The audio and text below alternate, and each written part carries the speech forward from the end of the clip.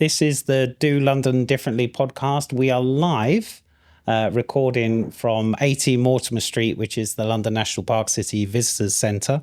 With me, I've got Oli Back from Street Trees for Living. Have I got that right? Yep. Wonderful. And you are based in, where are you based? We're Lewisham-based charity. We're Lewisham. And today's the topic of today. Let me just check the title. The Shade Revolution, Growing Street Tree Coverage in London. So it is no secret we're talking about planting street trees, looking after street trees, and just getting more in the ground, really. London has been given the first ever national park city status. London, the world's first national park city. Come and enjoy, because life's too short, really and truly. And London, wow, what an amazing city. So, greener, healthier, and wilder. Tell me a little bit more about what you do. Yeah, so, I mean, it's really is all in the title of our charity, Street Trees for Living. So we plant street trees and care for them. And then it's for, communities. So we're working with, residents, schools, businesses, all sorts of kind of organisations. Like I say, it's mainly Lewisham based, but we have sort of spread out a little bit around Southeast London. And yeah, it's kind of at the core, it's sort of community ownership and stewardship of sort of public land, but working in partnership with obviously the people who own the land, which is often the council. There's all sorts of bits and pieces. We do have a pithy vision, which is currently being worked on, but it's in draft. So I'm not sort of going to go, boom, here's our statement. But yeah, we're just that kind of communities and street trees is kind of like the mashup. And how did it all start, and where did you get involved? Were you started from the beginning, or have you sort of come in? No, so I'm a relatively new part of the charity. I've been around longer whilst it's a charity, but it all started basically about sort of 2012, I think it is, where essentially, and this is really, a story all across the country, where trees were getting cut down, but the local authority, the council, didn't really have the money to replace them. So you're getting less trees, none of them being replaced. You're not even thinking about planting more street trees. So some local residents were kind of like, well, hang on, we do want to replace this. So it's, our whole journey started with one tree being like, can we replace that? And then classic sort of like response of sort of like, we don't have the budget, that's just not what we can do. So they kind of went, well, how much? Like we'll fundraise for it, we'll put the money together for it. And then, it often comes down to sort of an open-minded individual or sort of an innovator in a local authority who goes, all right, it's this much. If you can bring it together, we'll plant the tree, which is how it started. And then that kind of relationship building kind of after sort of taking that punt kind of worked well. And it was sort of, with street trees, there's a watering demand, which is also expensive if you're getting contractors to come around with a big truck watering them. So the residents were also sort of like, we can do that bit. It's literally on our road, like very easy for us. So it started with one tree. We've got a lovely graph, which you can sort of see the sort of increase of trees that we've planted. And it expanded to the point where the sort of local organisation that was kind of using it as an umbrella for the residents to kind of work through, they actually kind of like sort of broke off and created their own charity in 2019. So I joined 2.5 years ago-ish. So I've kind of been around for sort of like half of the incorporated charities time. And through that time, we've seen a lot of growth and change and all sorts of bits and pieces. So 2019 was quite a big moment for London National Park City, because that is when London became the world's first London National Park City. In that, the mayor was making some promises about getting, I don't know, do you remember the number? How many million trees he wants planted in something like 2 million or something like that. I think the goal would be, in a lot of people's mind, for every child born, there's a tree going in the ground. But that tree needs to survive and needs to be looked over.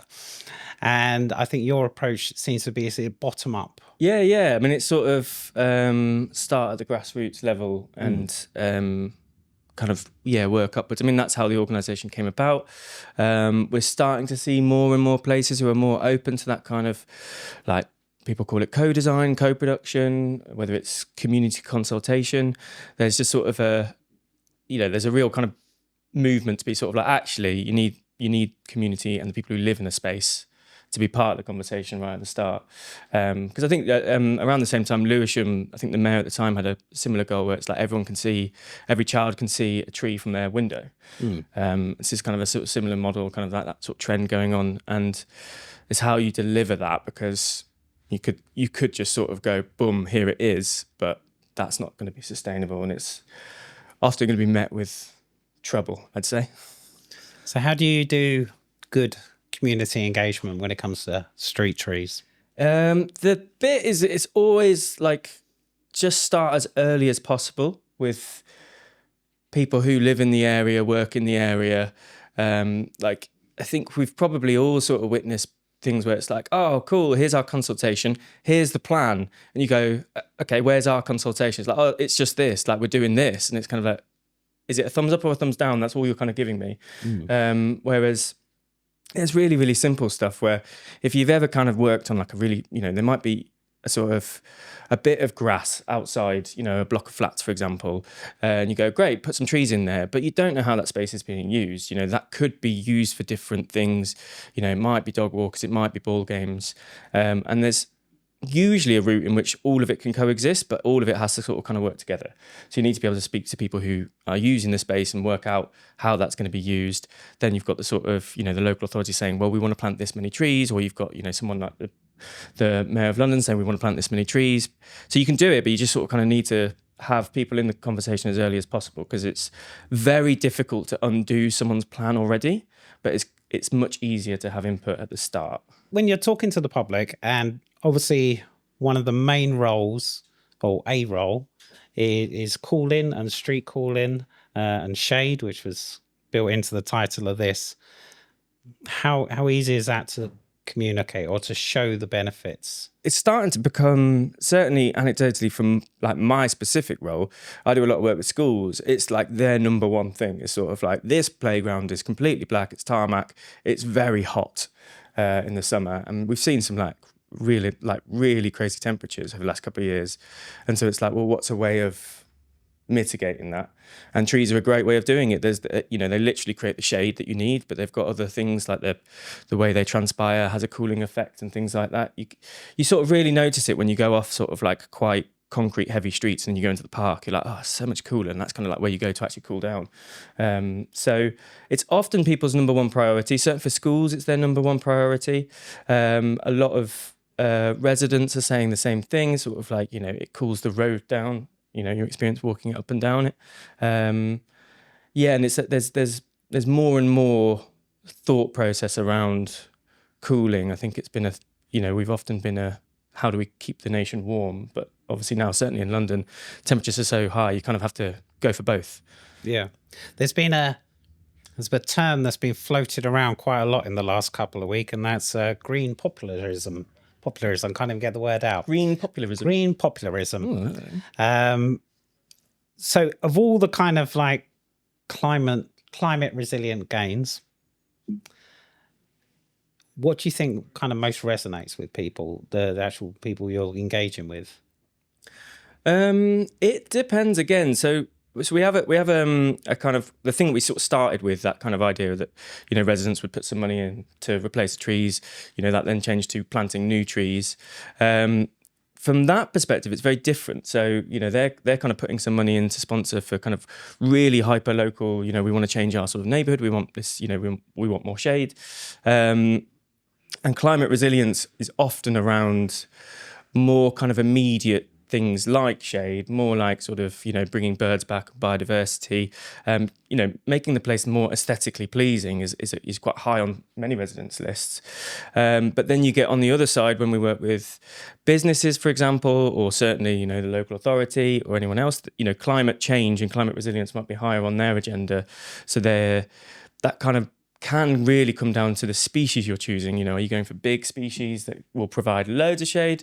Are you providing species which have got like a good sort of metric against flood resilience? They're going to be used as part of sustainable drainage schemes and things like that. So there's not a one size fits all really. And I think that's where when we do our job the best, and we don't always do our job the best, it's when you've kind of got all those balancing bits and pieces from all the different partners and all the different people who are involved in an area, in a location, in a place, that everyone's going to have a different angle. We've got our own angle, but it's about bringing all of that together so that you get, if someone's interested in this, you can accommodate that plus this. And sometimes it's more work, but sometimes it goes really easily. And actually you go, oh, we're all kind of in sync here. Or actually trees have so many multiple benefits that it's actually already providing the thing that you want. So yeah, I think this is the thing which I hope I don't make it a catchphrase. It depends on the sort of like who you're working with. It can be really unique sometimes. Kind of wanted to talk about tree equity. I can't say words today, I'm sorry.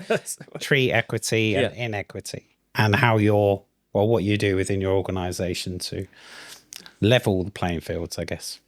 Yeah, this is kind of at the heart of, we're sort of redrafting our strategy at the moment, and it's kind of at the heart of it and about how you do that, because conversations, when I'm sort of saying sort of like, the conversation around what tree do you want, where do you want it, you're already kind of sometimes starting with a sense of, and of course you want a tree. And I think this is where potentially you have to do a bit of self-reflection. So we've mapped out where our trees have gone, and I think sometimes they sort of follow along trajectories which are probably a bit inequitable at times. And so it's about how we redress that. So we actively try and create targeted programs which are like, okay, these are areas of lower canopy cover, or these are areas where potentially, people might want to be part of our sponsorship program, but actually it is really expensive to plant street trees. So that's inaccessible financially to them. So we've got sort of a few main strands. We kind of have targeted programs which are like, okay, let's go to a space, talk to people about where trees could go, what can happen, and you have to do kind of more engagement. So it works best when you start kind of like, we do a lot of schools work. So schools you can kind of talk to them. They've got often active sort of parent or teacher associations, and you might be able to sort of bounce off that. So it's finding kind of linking organisations. So there'll be loads of community organisations working in areas which, you might have put on a map that, have low canopy cover, for example, and you go, well, let's plant there. But then you need to work with someone, a partner who's going to do that. So traditionally that's been schools a lot of the time for us, because that's been a really effective model. The benefits of planting in schools and around schools is really obvious. Or sort of, apparent to a lot of people. So that's a great starting point. And actually the next step is, I think, trying to do more. Because I think, if we were to actually reflect on our tree planting numbers and where they've been, I don't think we are quite at the point of matching equity, but that's the kind of next phase. Because I think you've got to be really open-minded about why the inequity exists, and really interrogate why that is. Because there'll be stuff that you don't know or expect. So you've got to kind of go in without your expectations of the reason you don't have trees is because of something. It's got to be sort of the reason you don't have trees could be a massive history of sort of inequality and, sort of struggle and, potentially different sort of land use, industrial use, or these bits and pieces. So it's like, why is that, and where can we go forward? So it's really interesting. And the other thing I find really interesting is the way that we decide that equity map. So, I think there is the tree equity map. Is it treeequity.map maybe is the website you can go on, and you can actually look at areas where they sort of suggest things. And inherent in that, there are some assumptions of what equity is and isn't. Yeah. And so I think you've got to get into that, interrogate that, and then kind of start to connect with people who might be able to put you on the right track if it's an area that you've never worked before, for example. Have there been any sort of reoccurring themes that you think that within the people have come to you, or that you found? There's some of the sort of default ones. So I think you tend to find if people have got a garden, they're probably much more sort of tree sort of orientated because they've got something there. But actually often the places which are inequity, you're sort of going, actually you're in much more densely populated areas, flats which don't have gardens. So there's sort of definitely something to do with someone's experience and where they've lived. So whether it's, it's kind of big Victorian houses with big gardens, that kind of conversation becomes much more sort of like, this is green space. Often the thing comes up when you're going in those much more tightly sort of much more densely populated areas is cars. So you kind of need to match the sort of need of having, parking along with trees, along with access on pavements, because sometimes the pavement is way busier in that zone, and you'll see it in, when you walk around central London, you kind of need massive pavements for the number of people coming through. And so it's, again, not to use the catchphrase, it depends on what, on like the really specifics. It comes down to even really specific locations, like put a tree literally a metre over there, access is kind of all good. Put it there, and actually it's in the way of this, it's in the way of this, it's in the way of this, it's in the way of this. Since you guys got started, how many sort of trees have you got in the ground, and kind of how well are you doing? A bit of an overview, really. Yeah, so we are on roughly 3,000. They're all those are all street trees, so they're sort of slightly, they come in at sort of 2 to 3 meters when they get planted. So they are kind of bigger trees as they start, because often you hear a project and it's like, we've planted 1 million trees, very different type of tree. So yeah, it's about 3,000. And the metric that we sort of really kind of try and hold on to is actually the survival rate of those trees. So at the moment, we're about 96%. We're slightly picking up on the survey that we've just done over a really hot and hard summer, and that might bring those numbers down a little bit. But yeah, I think that's part of the engagement at its core. We feel like creates that survival rate, because it's we call them tree guardians, people who are literally in that space looking out for that tree, and they'll tell you very quickly, this tree's been hit by a van. And so we can potentially do some pruning, which might help that, or it's, the stakes have fallen down because they've been, pushed over or something like that. So that kind of on the ground looking creates that sort of 96% survival rate. I would just say for the recording, there was a murmur of approval from the audience that, because that is a lot of problem. There are a lot of trees going in the ground in London, and the survival rate is definitely not 97% across London. And some might say is when they're put in the ground and when they're starting to engage people. There's street trees with tags on them saying, I need a guardian, I need help, please water me. But you might argue that's a little bit too late to start asking the community for help. Well, if we were to be self-reflective as an organisation, we don't like doing that. So usually we've got a guardian way before the tree's going in the ground, but there has been occasions where it's like, okay, well, we have got a tree that we now need to find someone to look after. And the success is always way, way less, because it's just not very nice. You wouldn't like it if someone sort of says, like, I've done this thing, I've got this thing, can you look after it for the next 3 years? It's like, well, I'd rather, maybe not, but I might have if you'd have asked me beforehand. So not always. Sometimes we've got great networks, and actually someone goes, oh, great, you're putting trees there. Yeah, we can definitely find people. We've got enthusiasm already to do it if a tree's already gone in. But yeah, it's really hard to sort of retrofit kind of like, you're trying to retrofit community ownership of something that you've given someone no say or ownership to feel. So it's really difficult. Yeah, I think there's I think the sort of survival rate for typical street trees is about 70% based on that stuff. Some boroughs do differently, and they've got better results. And people do still trees. There's a surprising amount of trees that get stolen.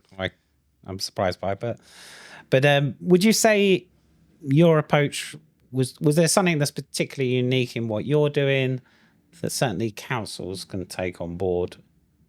Engage at the start. And I think the start is quite far before you think the start is, if that makes sense. And there's definitely boroughs who are starting to think in this way, where they're going like, actually, we need, if we want this. Some people call it community ownership. You call it stewardship. You can, there's different forms that it comes in. I think if you can do that, then even if you do have to be sort of like, because there's a lot of councils who will go, it's our land, we want a tree, we're planting a tree. But then they'll get sort of, they'll get more likely to be vandalised, they'll get more likely problems because they haven't necessarily investigated how the space is being used. So if you can do it sooner. If for most councils, you probably say, well, we don't have the resource to do that, then engage community organisations, local organisations who can do that for you. That's kind of how we came about, is that, we recognise that's a lot of work to do for a council, and it's a budget probably hard to really justify in the really stretched sort of finances that local authorities have. But there'll be people who will do it for you because they want the better outcome. And so if you can engage with community organisations strategically, you don't have to necessarily be the ones to do the door knocking, the calling, the emailing, the comms around all of that sort of stuff. So if I was to become a guardian, do you ask for a kind of a 2-3 year commitment from them, or how's it structured? What's the life of a guardian, a tree guardian? Life of a tree guardian. So if you've come through the sponsorship program, so you'll have put in, basically a street tree costs in the region of up to £1,500. So it's £395 now if you want to sort of sponsor your own tree. So we do get some people who go great, I'm paying basically £400 for that. Quite a lot of the time it's actually a street who's sort of everyone puts in a tenner and they'll do that. So they kind of, if you're on the sponsorship program, you'll come through that. Hopefully there'll be no problems with utilities. We'll have done all of that work and the tree arrives. And then, there's a lot of conversation around there's a watering commitment for all the sort of warm months of the year. You have to double your watering if there's a heat wave. So this year has been particularly sort of intense on that. And then there's an annual survey that we ask to sort of say, how's your tree doing? We also have people around who can log issues. And so, we've got volunteers doing tree care here and there. So they might sort of actually just see it and sort of go, oh, we're going to work on that. So that is the kind of trajectory. So for the kind of 3 years, you'll do watering with support from us.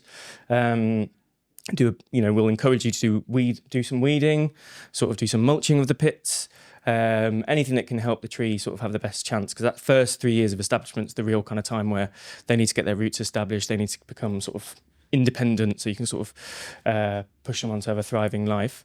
That's the road through the sponsorship program, but then we've got other programs. We did one a couple of years ago called Grow Back Together. That was finding loads of different empty pits in areas which didn't have many trees or didn't have much uptake in the kind of sponsorship program. So that was basically with stencil on the ground, being do you want a tree here? And you'd be sort of yeah, I'll have one. So then you become an adoptee or an adopter of that tree. And then you'll go through the same process of, for the next 3 years. If you move away, let us know and we'll try and find someone else to sort of, or, hopefully matchmake and find someone else who's done it. The school will take it on. Slightly easier. They're an organisation who, we'll have staff there hopefully for the next 3 years. Then there's other schemes that I'm thinking of, which are sort of similar approaches where we're going to sort of come to an area where there's not enough trees, or it's on a particularly busy road. It's on a main road where we're if we can get trees in here, so then we'll go and talk to, we've had a tree guardian, which was a pub. We've had a tree guardian, which is a kind of like a chicken shop. We've had a tree guardian, which is so there's lots of local businesses who might be going yeah, we can do that as well. So yeah, it's a very long rambling sort of whip through the different programs about how you become a tree guardian. But it depends on how you've got there. But broadly speaking, the kind of care and watering that we encourage you to do and support you to do is the same process, because it's about sort of getting the best outcomes. I feel like I want to throw some questions out to the audience. You describing there a lot of different pathways through to becoming a guardian, and different ways that people can contribute based on whether an individual or company, or was it all mapped out beforehand? Was there a big master plan, or has this been done kind of iteratively? You've sort of worked it out and adapted it as you've gone along? Definitely very organically, and just sort of what kind of happens and what opportunities are there. Like a lot of charities, the funding landscape's really difficult and tricky. So you've got, the magic happens when you've got sort of essentially, we've got a great relationship with Lewisham. We have done work in Southwark and Lambeth and other boroughs. And the magic happens when you've got, the funding criteria sort of works in partnership with what the local authority wants, which works in tandem with what the community wants, which works in tandem with what we want out of the tree outcomes. And then, you're bringing all of that together in one. And so it's very much like when the opportunity comes to bring all that together, we'll go for it. So the scheme where there was, stenciling on the ground saying, do you want a tree here? That was a specific fund run, I think, by the Mayor or Greater London Authority, where they kind of came through and was like, great, this is a way to address some of the equity that we're not addressing through other schemes. Obviously, the sponsorship stuff is very much about sort of whether people want to kind of do that themselves and sort of self-organise and, kind of have that, independence from us. Yeah, and in the kind of life cycle of a charity that sort of had quite a massive growth spurt. We've gone from sort of 0 employees to kind of 6 to 7 this year. That's still quite a lot. That has ups and downs about where the opportunities are, and so we'd love to be less sort of swayed by where the opportunities are, but you can't kind of get away from that as any sort of organisation, really.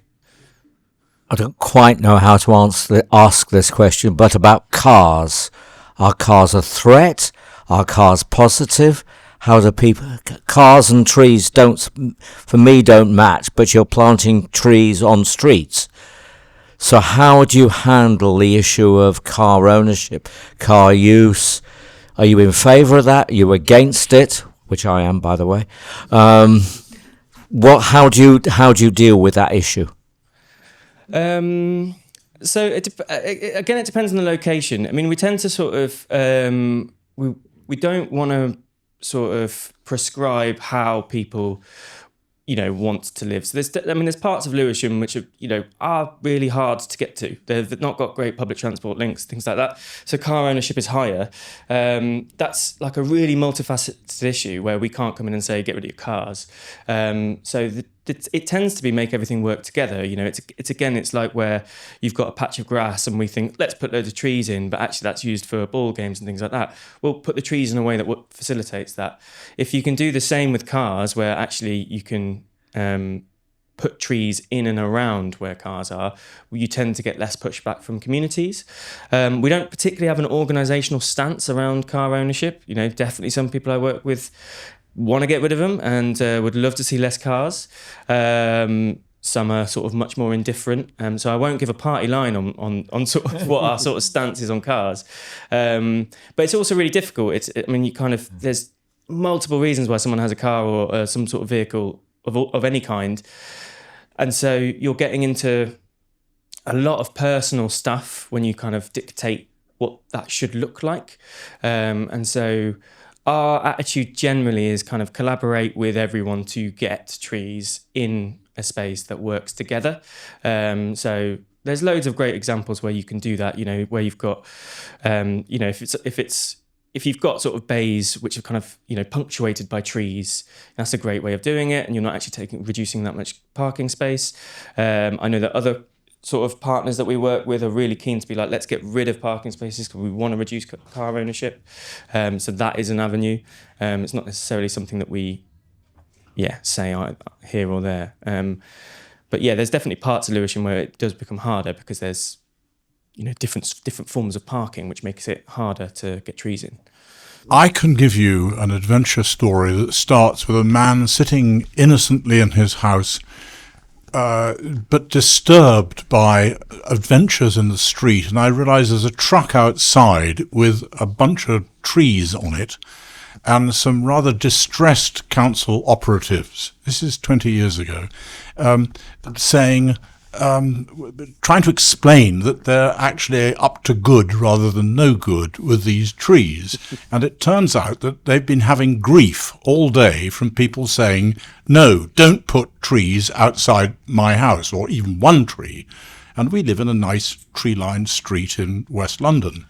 And they happened to bump into myself, I'm involved with the tree council. I knew about street trees. I jumped out and I said, if you got a Norway queen in there, because I think it'd be rather nice to have one outside my house. And so they said, look, there's evidence, human life is here. It's wonderful. Come and, choose your tree. It's that one. So I looked after it for years until cable television came along. And then cable television came along and dug up the street and killed the tree, and many others as well, which was a problem all the way around London. But then the next one has come in, and we put a tube down the side and we poured the milk bottle water in every day. I know it needs gallons, but we put in pints. And it was just quite interesting watching this tree thrive over the summers and be healthy. But what is interesting is that the initial confrontation was box-ticking exercise. Somebody had been to a DEFRA meeting and said, yeah, give us 100,000 and we'll plant a lot of trees and we'll do this, that and the other. And they hadn't thought about the position that you're talking about, which is the bottom up, people looking after it for the first 3-4 years. And it needs all that groundwork done. And I can't say, I work a lot with people who are looking after their environment, conservation, voluntary people. I think it's incredibly difficult when you've got a lot of trees that are suddenly going to die. You've got a 3-month, 4-month window to get them in the ground. And you've got to nurture the community to be custodians, welcoming, get the right variety in the pavement before February. And so I say to you, do you have any experience of that? Because it's, the council was saying, yeah, get them in. And the guys are saying, but we don't know how to do it successfully. Can you train people? Can you share some wisdom? I'll try my best. There was a moment where you were sort of like distressed councillors with loads of trees. I was like, I hope it's not us. Oh, it's 20 years ago. It wasn't us. You kind of already spotted some of the problems that you need to face. Timeline is a big one. So if when the planting cycle doesn't change, when it's going to be. So like how far in advance do you have to talk to people? And I think so. I mean, definitely we talk to people who I think are surprised by the fact we're sort of basically cutting off at around sort of March, sort of saying sort of like, if you want tree for next winter, it's kind of got to happen now because there's a lot of work there's a lot of steps from now to then. And it's much better because then you're not sort of racing around with a van full of trees trying to work out where they go.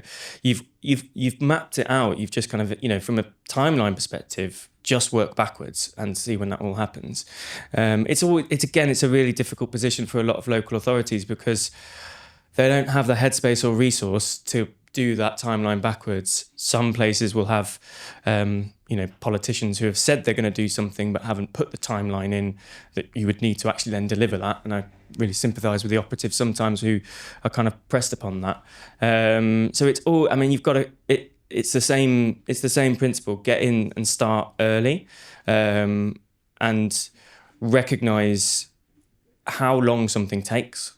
Because even sort of deciding in April, it's quite a short timeline to then go into the next winter to be then planting.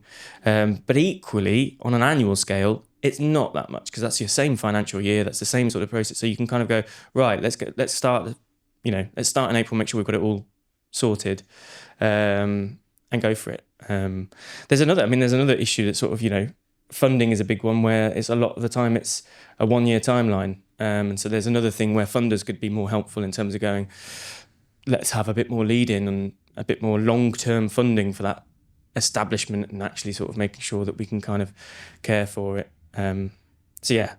Short answer is start early. Hi there. Yeah, really interesting to know more about what your model is. And sort of linking on from the last question perhaps, but do you feel like there is a model that could be replicated not just within other boroughs, but perhaps at the London level? So a sort of more strategic approach to providing the resources needed to create these guardians and to plan ahead, a year in advance, to ensure there's a kind of London-wide shading tree canopy increasing initiative. Yeah, it's kind of slightly a question that we're struggling with ourselves at the moment because obviously we've been Lewisham based for such a long time, so it's a very local initiative. So we've got we know how it works in our patch, I suppose, and that's kind of at the heart of it all has to have a localized approach. So scaling up a localized approach is a really, really hard sort of, I don't know, it's like an alchemy really of sort of like how do you make something scalable, but it has to be hyper local. And so we're sort of internally struggling it with where we think we're doing good things for trees and people, and our model is having a good impact. So let's spread it. But then you kind of go, but actually, are you starting to lose some of the the bits and the nuts and bolts that actually make you special? So how do you do both? We've only really gone outside of Lewisham through our school programme. It's a bit more sort of contained. You can work directly with a school community. That can then have a sort of a step outwards, but I don't think it could happen super quickly. I think the main thing that Lewisham did was much, much happier to kind of, it's not sort of let go of power, but it's a bit more of sort of like, in that very early conversation of sort of like, well, we want to replace the tree. How much is it? And then the council to go, oh, well, it's this. If you can do that, great. Yeah, we'll bring you on board. That sort of kind of open-armed sort of being like, be sort of really, I think probably the best thing is just to be really open to the offer that your community will make. And if you can kind of facilitate that offer, if you were talking at a London scale, it would have to be like the Greater London Authority, who are going, cool, we're going to actually sort of pump money into places who are doing a lot more of that work. So prioritising that in all of their funding.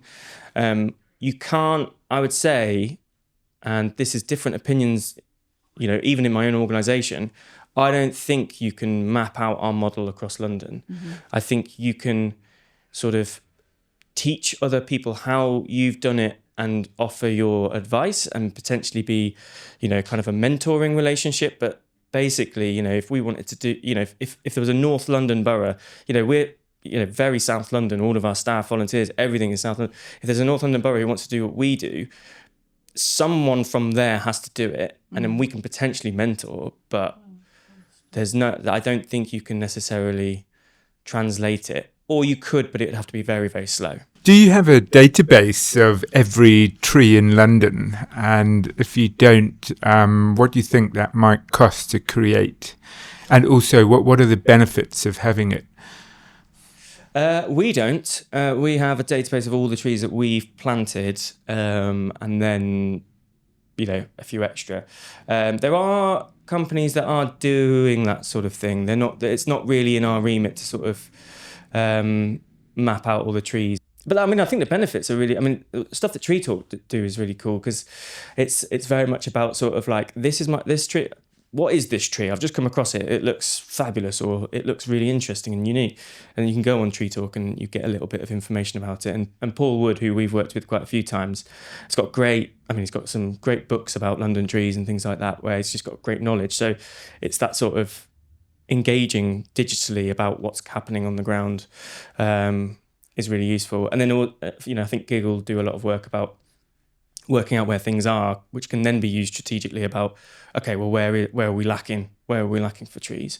Because you do need, if you want to do equity, you need to know where the trees are. But yeah, it's not really within our remit. We've got loads of information about our own, and we're going to hopefully start to be a bit more public about that information and sharing it better, I think.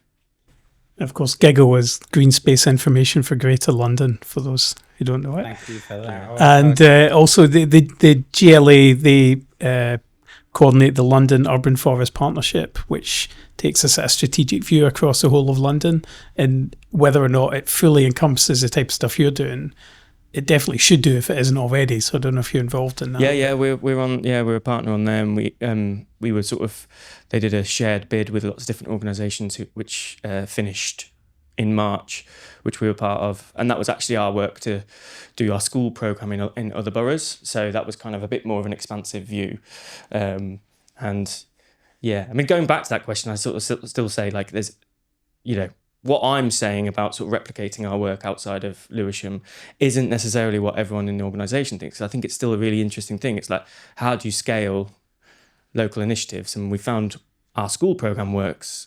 There's probably other stuff that works. So I don't want to sell us short in terms of saying it's not possible, but it's like, I'm at the moment can't see that path. But my colleagues may very much be like, no, there's definitely a route. There's definitely an option. In terms of partnerships, what sort of partnerships are you involved in and that work particularly well?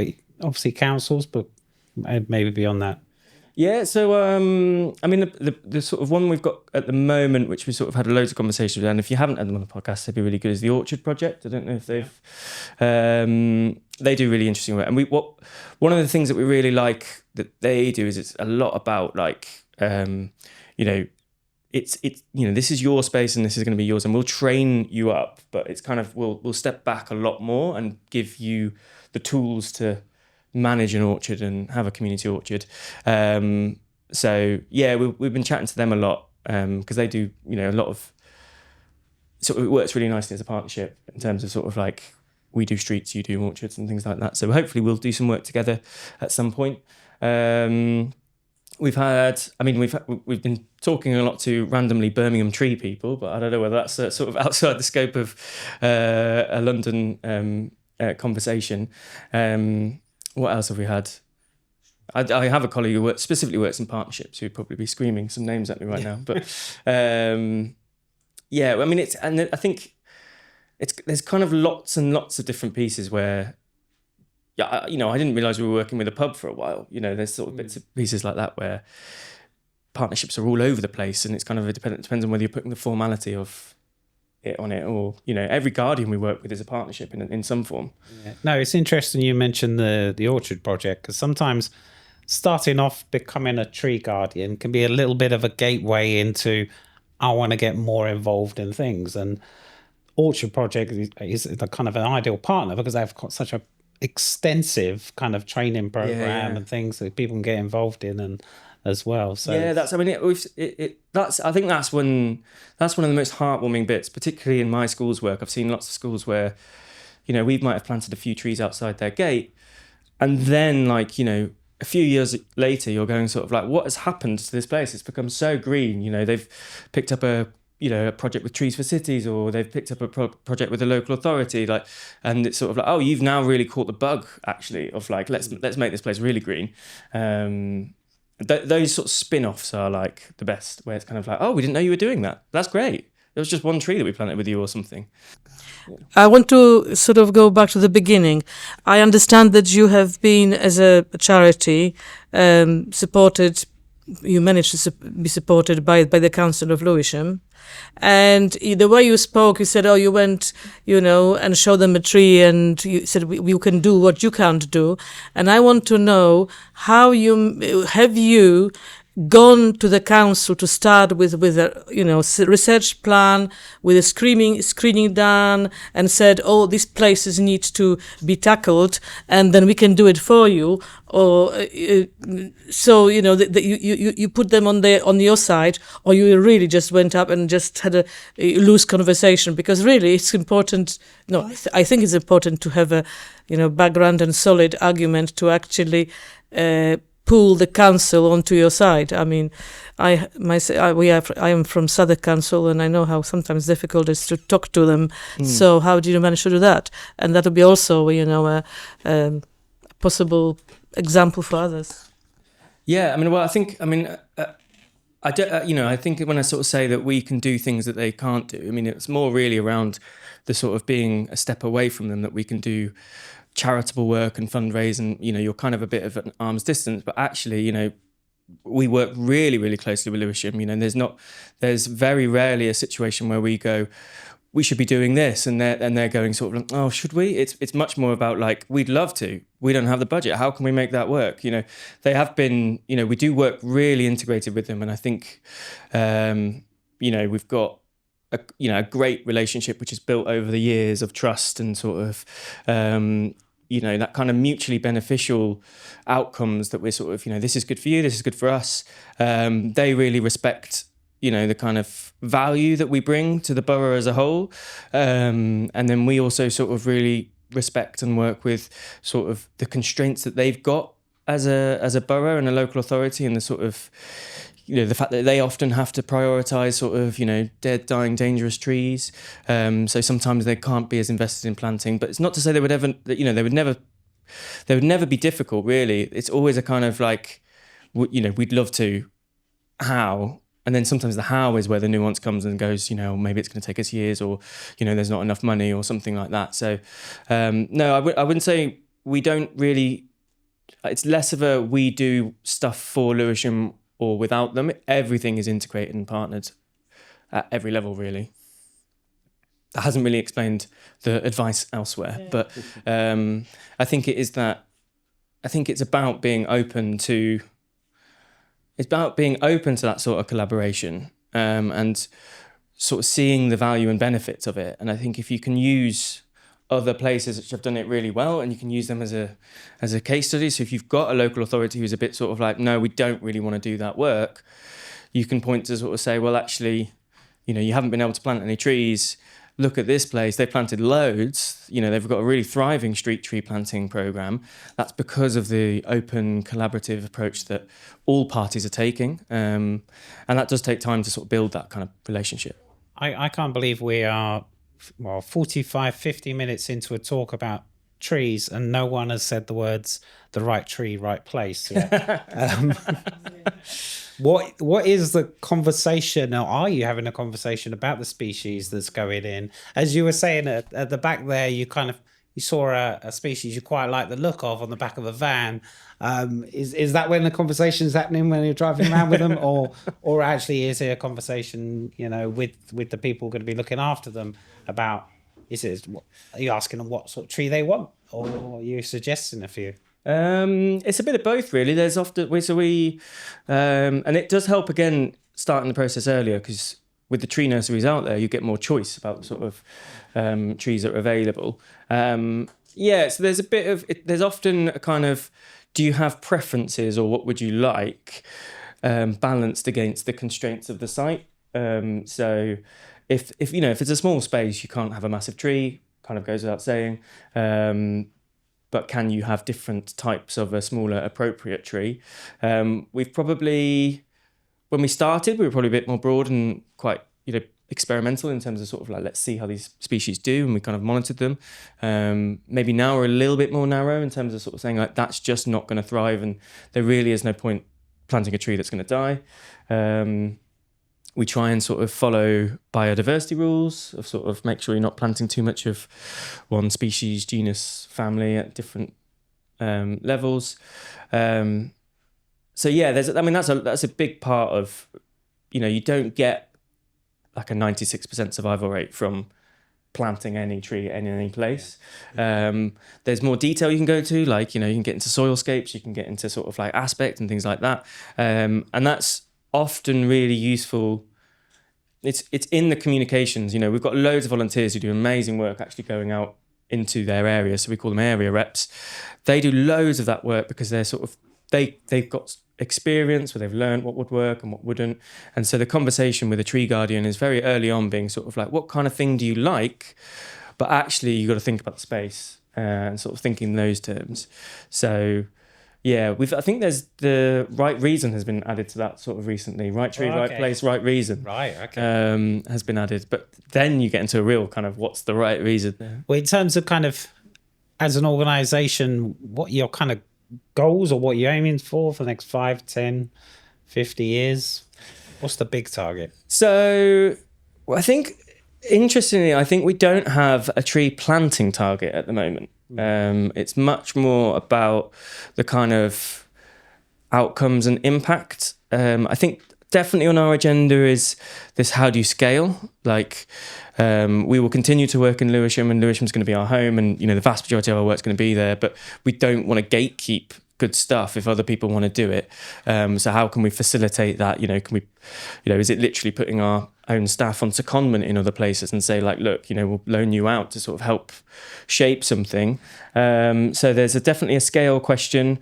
We really, really want to tackle equity at a more fundamental level. I think we've done a lot of stuff to tackle it, but there's way more that can be done. And if you look at the sort of tree planting map and the equity maps, sort of, there still are holes where you go, you're really not doing that much work there. So engagement is going to be a sort of major part of our sort of strategy, and our next steps is let's get engaging with communities way before a tree is mentioned, so that we're kind of ready then to sort of go like, let's actually make that happen. So yeah, I think probably increasing our community engagement in areas which really need it, and across our sort of programs as a whole, sort of tightening up some of our internal systems so that we are kind of a bit more able to sort of show other people in a more kind of fundamental way, because there's bits and pieces where you go, yeah, the data system is this, but it doesn't quite work. And then, I think there's definitely a question of scale and local, which we'd love to address. And are there ways that people can get involved beyond being a garden? You mentioned kind of volunteers, kind of walking areas and things. So even if people are like out of borough, but they still want to get involved, are there? Yeah, so every year we do, we kind of do this sort of annual survey. So it can be that you can, if we tend to encourage local people to come down to their sort of patch and sort of say, hey, great, we've got 10 trees on this sort of loop that goes around. Can you survey them all? And we're expanding. Like we did something with Good Gym the other day, where sort of like they would do that but running. So they sort of run around and do that, and they've done loads of trees, which has been really good. So you can come and do those volunteer events. We do have a tree care team who meet every week to actually go do work on trees. Our focus is local, but there's nothing sort of stopping people from wanting to get involved on that. Are there any sort of policy changes that you would like? There's always the really easy answer, but sort of more funding. Like the impact of street trees is massive, and just if we can start to revalue them, they do change an area massively. So, like if we can revalue them, but that's a massive conversation about the value of trees. So talking about money, if you had a 50k pot, what would be your sort of micro manifesto for what you would do with that? So I think we try and give as much of it to other people to plant trees. So we'll try and facilitate that and make sure that, if we're working with a group in an area, we sort of make sure that we're being generous. I think there's often a sort of take the money and do your thing, but actually, I think, it'd be great if way more charities were sort of like, actually 15% of that is not even ours. It's going to go to these people. It's their money, and there's less strings attached on, do what you do with that. But yeah, we try and stretch it as far in terms of how much like impact we could have in terms of people and a number of trees, but also making sure that they're all cared for. It's a 4-year program. Got to make sure the 4 years is covered. Don't just make sure the first year is covered. That finishes off quite nicely. Well, thank you very much, and thank you for everybody who came along. Thank you for having me. Yeah.